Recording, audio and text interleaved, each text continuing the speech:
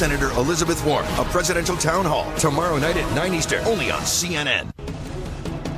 I just can't stop thinking about it, getting those flashbacks. So there were still speculations that we were thinking that maybe, someone is watching us, someone will shoot all of us at a funeral just because we're Muslims. He dropped his gun, and because I had this other gun on me as well, and he just ran. Our gun laws in New Zealand, they need to change. No matter how many years you spend in law enforcement as a profession, the level of inhumanity and depravity that took place there, it really is just soul-shattering.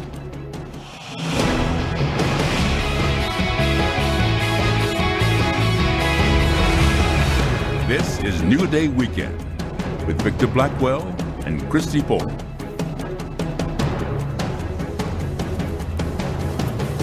Good morning to you. We're so happy to have you with us here. Week by week, more and more Democratic candidates obviously joining the 2020 race for president. And it's just happening more and more today as well. Joe Biden. Now questions about what he said overnight that might be a gaffe. Some people say he's kind of the gaffe machine, but he may have just announced and doing so by accident, let's say. Yeah, we'll have to find out if he's going to follow up and actually make that official. Also, the current president just will not let this former senator rest. 7 months after the death of John McCain, President Trump takes a shot at Senator McCain on Twitter. And in New Zealand, as the death toll is now at 50, the Prime Minister vows to change the country's gun laws immediately.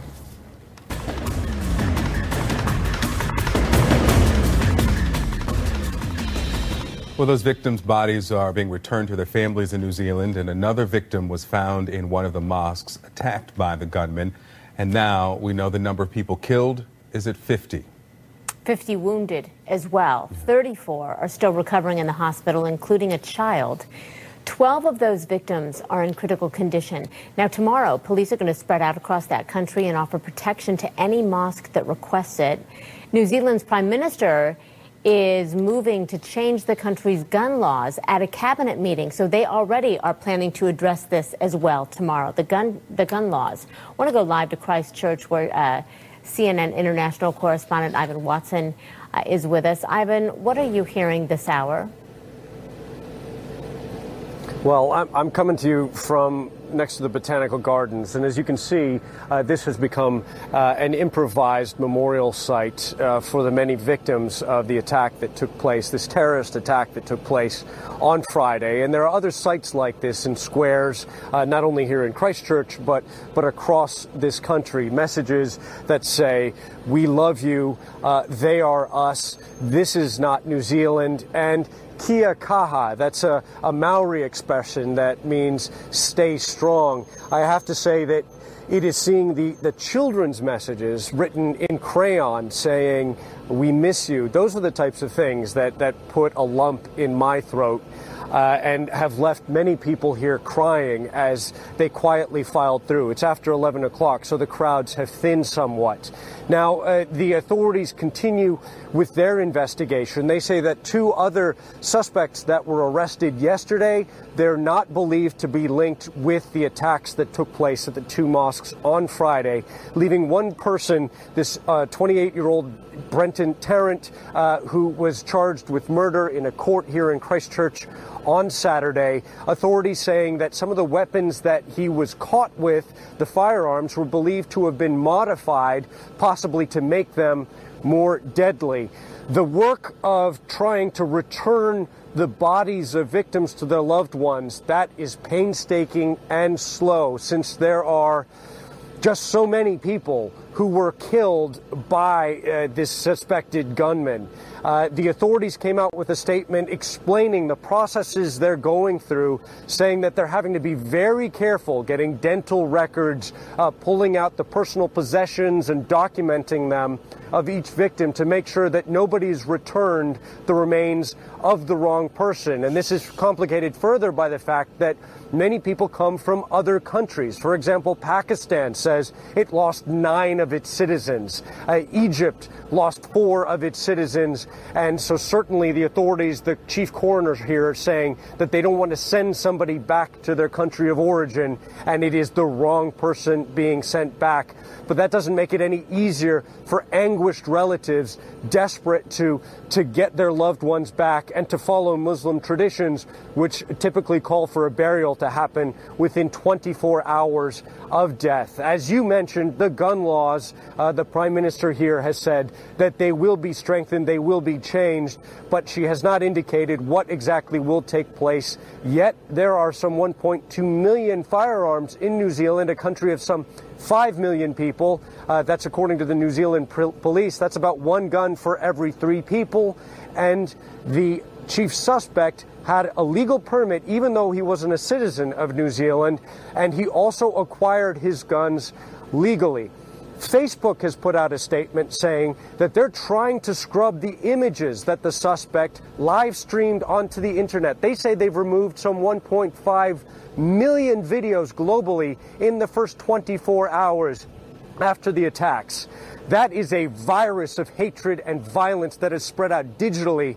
But I can tell you this, Christy and Victor, we're seeing an analog challenge to that with these handwritten shows of support and love to the victims and the tiny Muslim community in this country.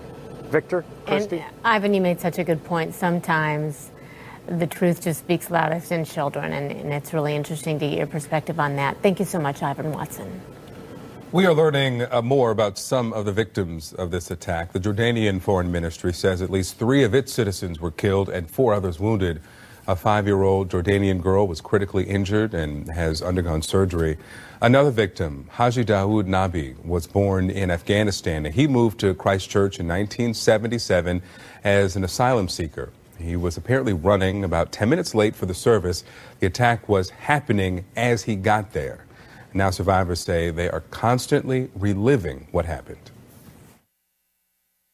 I just can't stop thinking about it, getting those flashbacks, and it's one of those experiences which I wish no one ever encounters. It's just catastrophic, and it's just... Have you been to a funeral this morning? Yes, I have. And whose funeral was it?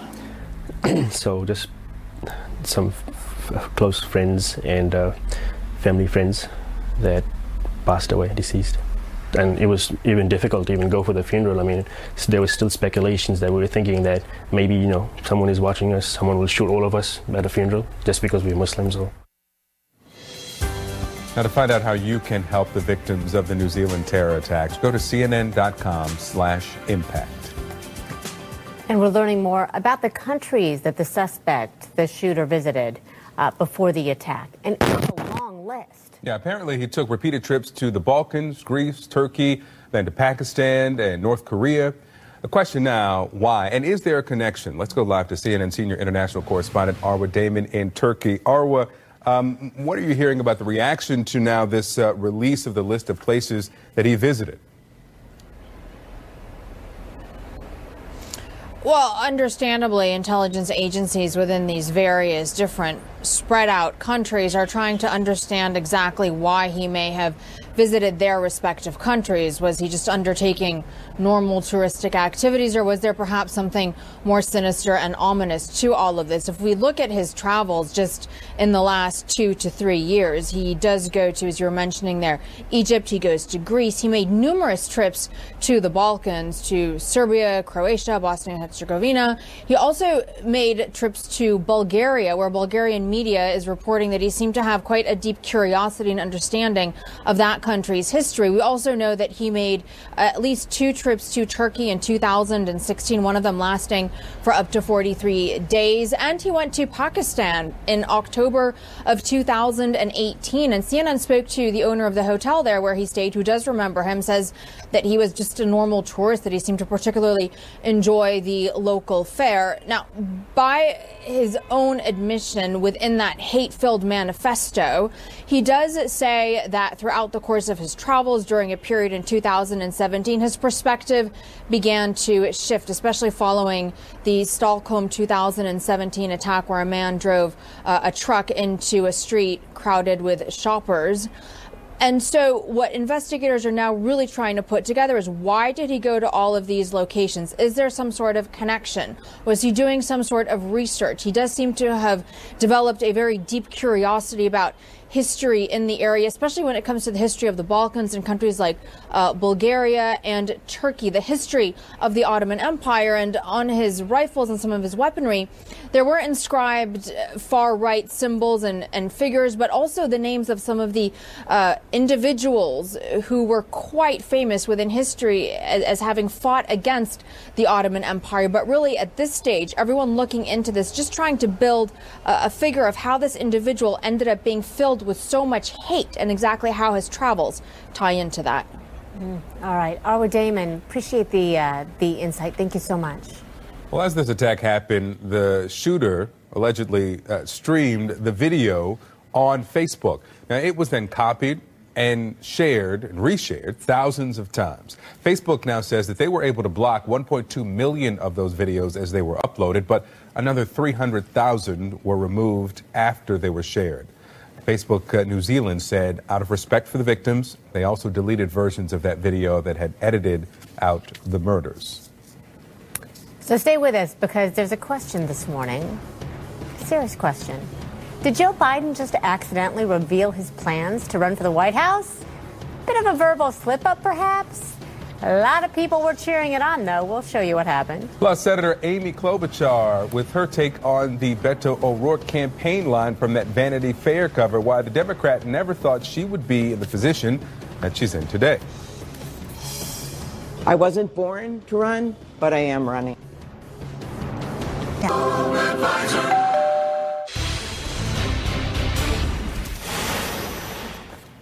All right. You might be asking, did he just say what I think he said? He said that, yeah. Yeah. Joe Biden with an almost announcement last night. So was the former vice president's slip just the biggest hint yet that he's actually going to run in 2020? You be the judge here. Here's Arlette Saenz. Well, Joe Biden really walked right up to the edge, almost announcing a presidential bid here in his home state of Delaware. You heard those other Delaware Democrats who were urging him that he should enter this 2020 race. But take a listen to what he had to tell the crowd when he almost let it slip that he's going to jump in the 2020 race. I'm told I get criticized by the New Left. I have the most progressive record of anybody running for the United, if anybody who would run.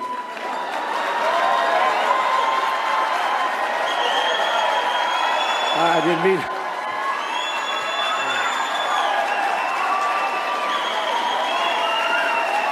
With anybody who would run. So you heard Joe Biden catch himself a little bit there, saying he was talking about anybody who would run. But the former vice president really offered a bit of a preview of a message he could bring to a presidential campaign, saying that the nation has currently engaged in mean and petty politics and that Americans need to rise above that and remember who they are as a country. He was saying that this is a battle for the soul of America. We'll see if this was just test driving that, but we'll see if there's any further message in an announcement in a few weeks. All right, joining me now, CNN political analyst Julian Zelizer and commentary writer and editor for the Washington Examiner, Siraj Hashmi. Welcome back to both of you. And Siraj, let me start with you. So we've got this slip. I can't see my air quotes in the box. Slip. I can see it. Okay. In front of a friendly crowd there in Delaware. Last week you had I May Need Your Energy to a firefighters union that was very friendly. He's in, right? I mean, essentially, these slips aren't really slips. He's just kind of taking the slow walk to the announcement. Yeah, I mean, it's not a matter of if. It's always been a matter of when he was going to jump into the race. And Joe Biden, who has been leading in the polls in Iowa, and he's very competitive in New Hampshire, this is his time to run. Everybody thinks 2016 was his time to run. It probably could have been. I mean, there's definitely a giant hole that the Democrats need to fill, especially in that moderate independent lane. for Joe Biden to run for president. And while he says he's the most progressive, you know, truth be told, I mean, he still is he's kind of all over the map in terms of where he stands in the Democratic field. And he caters to a lot of people, and he caters to a lot of people in middle America, and particularly the Rust Belt states that Hillary Clinton lost in 2016. All right, Julian, let me come to you, because it's been exactly 1 month since CNN published the op-ed that you wrote, Why Joe Biden Shouldn't Run for President. And I wanted this to marinate a little while before we discussed it, so a month seems like long enough. You wrote this: most problematic is the fact that Biden has run for the presidency several times, and each time he has struggled under the intense spotlight. When it comes to time to hit the campaign trail, Biden has never been able to generate the level of support that is necessary to win. So a month now of consistently topping the polls and new candidates coming in. You still think he's wrong for Democrats in 2020? Well, I think there's risks with it. I think he has run before, and when he's run, he's had a lot of problems generating the kind of support that he needs, and he's not there yet. And now he faces a very different Democratic Party that's eager for new voices and new faces, and so this will be another problem that he faces. So I don't want to, I mean, we're focusing on the back half of the sentence where he says running for the United States for president. The first half is he says he's the most progressive candidate, has the most progressive record of anybody running. Julian, how does that, I mean, just square up to his actual record? Because analysis shows he's quite moderate. Yeah, he doesn't. There's many issues where he's going to face a lot of criticism from the left. His record on crime legislation, his record on race relations, his record with Anita Hill and Clarence Thomas. So he's progressive on certain economic issues, but looking at the field, he's not Elizabeth Warren, for example. All right, so Raj, let's stretch this out. Senator Amy Klobuchar in Iowa on yesterday, she said this. Let's play it. I am someone that believes that we can bridge this rural and urban divide. Bridging the rural and urban divide. Now, that's her appeal, likely, as a candidate to some Democrats. But what are the indicators that Democrats, considering the issues that are energizing a lot of the base, a lot of the party, the indicators that they will be able to do that? Yeah, I mean, they do need a candidate who's won a statewide election and got a lot of these rural counties that Amy Klobuchar did. And she actually did really well in counties that President Trump won in 2016 in her 2018 midterm election for Senate. So Klobuchar is a great candidate on paper, but when you put that obviously into practice, she's come under scrutiny with how she treats her staff, and has kind of tried to spin it in a way so that she, says that she's tough, especially if she has to deal with someone like Russian President Vladimir Putin. But yes, this urban to rural divide is something that Democrats are strongly lacking right now, and it's obviously a glaring hole that happened in 2016, and that's been the point of recovery. And if you saw in the Rust Belt states like in Pennsylvania, Michigan, and Wisconsin, the GOP got slaughtered there in 2018. So there's definitely potential there if they're able to get the right candidate who can bridge that divide. All right, Senator Klobuchar sat down with NBC News. Part of that interview will air this morning. And she played off a bit of the Vanity Fair cover story on Congressman O'Rourke, in which he says that he was born to be in it. I want you to watch this exchange, and then we'll talk about it. You made a reference to born. Do you feel born to do this? Oh, that's the Beto line. It was the Beto line, but Okay. you brought it Well, up. I'm just curious. No, I will say that, I have a lot of respect for Beto, and it's great to have some Texas in this race. But no, I wasn't born to run for office, just because growing up in the 70s in the middle of the country, I don't think many people thought a girl could be president. I wasn't born to run, but I am running.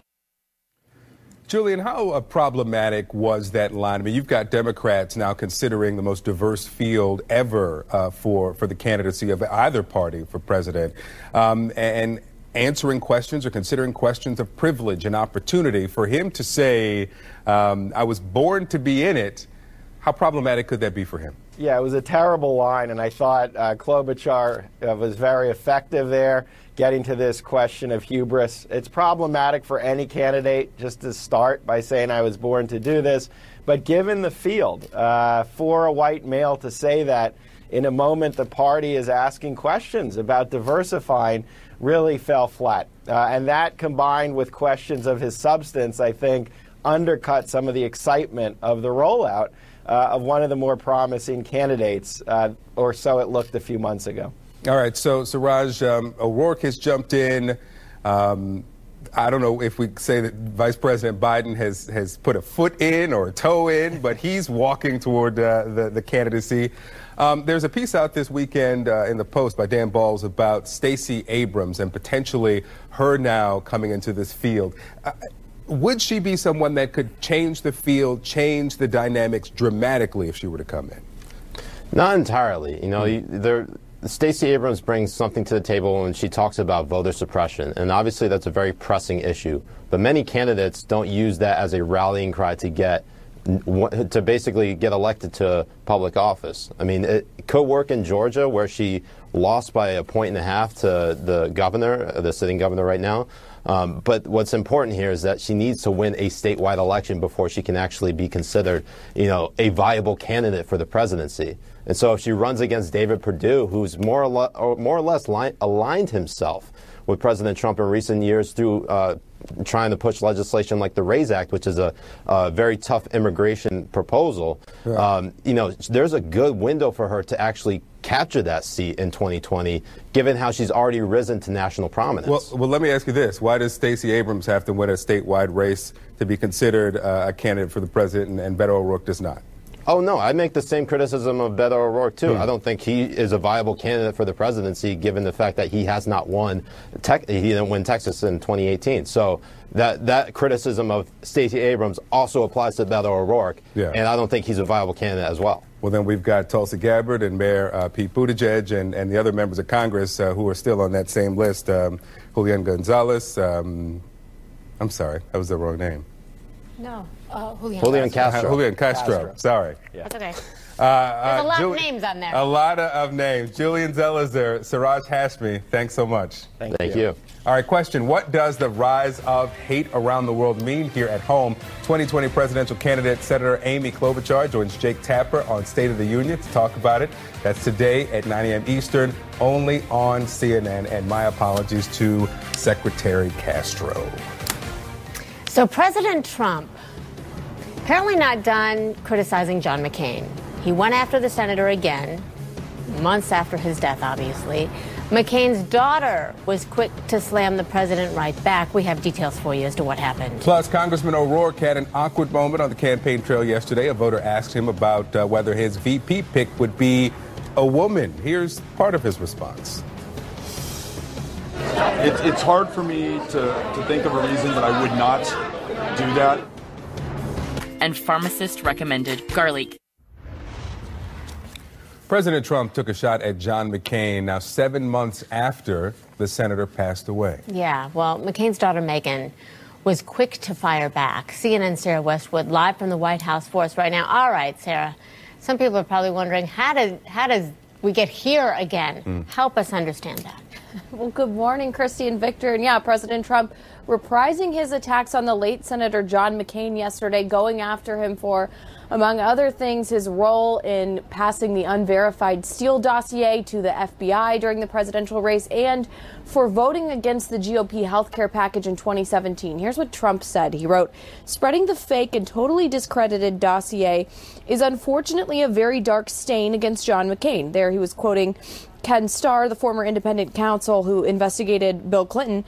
Trump goes on to say he had far worse stains than this, including thumbs down on repeal and replace after years of campaigning to repeal and replace.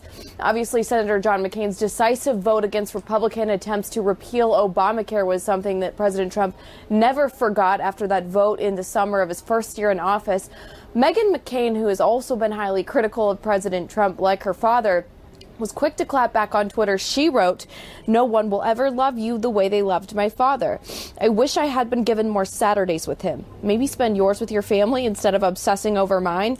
Now, of course, there is long-standing antipathy between the late Senator McCain and President Trump, stretching back to the 2016 race when President Trump infamously said that McCain, who was a prisoner of war during the Vietnam War, was not a war hero. He said he liked people who weren't captured. Obviously, that rubbed a lot of people the wrong way. So this is a long-standing feud. President Trump reprising it yesterday, Victor and Christy. All right. Sarah Westwood, Force of the White House, thank you. Well, today, Democratic presidential candidate Beto O'Rourke is in Wisconsin. His second visit there in the last couple of months because it's a crucial swing state. Well, yesterday he was in Iowa, where at a campaign stop, a voter asked if he'd consider a woman as his running mate. Here's what he said. You have a chance to revote right now. If you're nominated in the Democratic position to vote for President of the United States, will you put a woman as your vice president?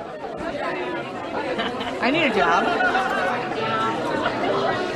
It's hard for me to think of a reason that I would not do that. I think talking about who I would pick as vice president just feels really premature. I know it feels premature. Yeah. But you're half of a ticket. That's right. When you're becoming president. You represent the other half of this country, too. That's right. They need to see a woman in a position of power in this country. Yes. Yeah. We haven't had a woman vice president. I would like the youngest person that I'm going to vote for to drive this country forward and put a woman on his ticket. Yeah. I hear you. Again, that would be my preference.